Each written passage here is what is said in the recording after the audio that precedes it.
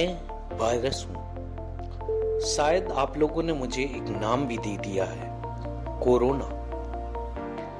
मेरा जन्म चीन के वुहान शहर में हुआ और अब तक लगभग पूरी दुनिया की यात्रा मैंने कर ली है। मैं देख रहा था बड़े बड़े देश अभिमान से चूर बड़े बड़े हथियारों का रौब दिखा रहे थे। मैं शायद आपको नग्न आंखों से दिखाई भी नहीं दूंगा।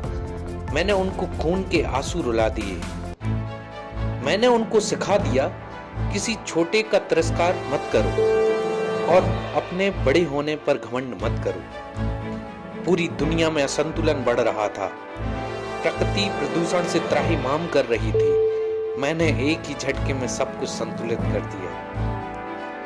मैं वायरस हूं। मेरा काम ही है एक जगह से दूसरे जगह जाना। देश विदेश घूमता हुआ मैं आ पहुंचा आपके देश भारत।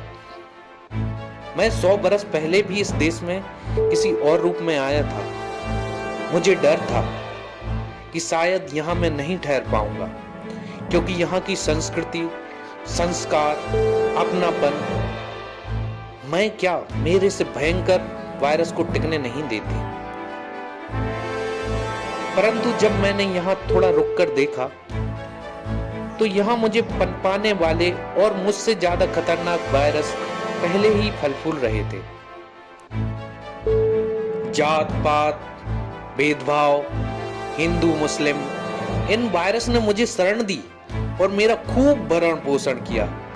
यहां तक कि मुझे मारने आए डॉक्टर्स और पुलिस पर खूब पत्थर बरसाए। मैं अंदर ही अंदर बहुत खुश हो रहा था। मेरा एक और साथी वायरस, राजनीति, इसने तो मेरी सारी चिंता ही दूर कर दी। अब मुझे यहाँ अपना परिवार ही मिल गया था और मैं बहुत खुश था। अरे जनाब रुकिए तो, कहाँ जा रहे हैं? मैं एक बुराई हूं। बुरा करना मेरा काम है, पर मैंने कुछ अच्छे काम भी किए हैं, वो भी तो सुनते जाइए। मैंने प्रकृति को प्रदूषण मुक्त कर दिया। मैंने उन नदियों को साफ स्वच्छ कर दिया जो कई वर्षों से राजनेताओं का भरण पोषण का केंद्र बनी थी।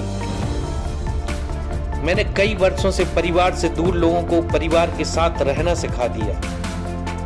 मैंने किसी को यह कहते भी सुना कि आज पूरे 10 दिन परिवार के साथ रहे यार, अच्छे लोग हैं। सोचो कितना दूर हो गए थे लोग अपने परिवार से। मैंने लोगों को सिखा दिया समय देने पर ही संबंध मधुर होते हैं और बहुत कुछ काम घर पर रहकर भी किए जा सकते हैं। मैं जानता हूं जिसका सृजन हुआ है उसका अंत निश्चित है। मेरा भी अंत होगा। मैं दुनिया को जीतने वाला वायरस कुछ बातों से डरता भी हूं।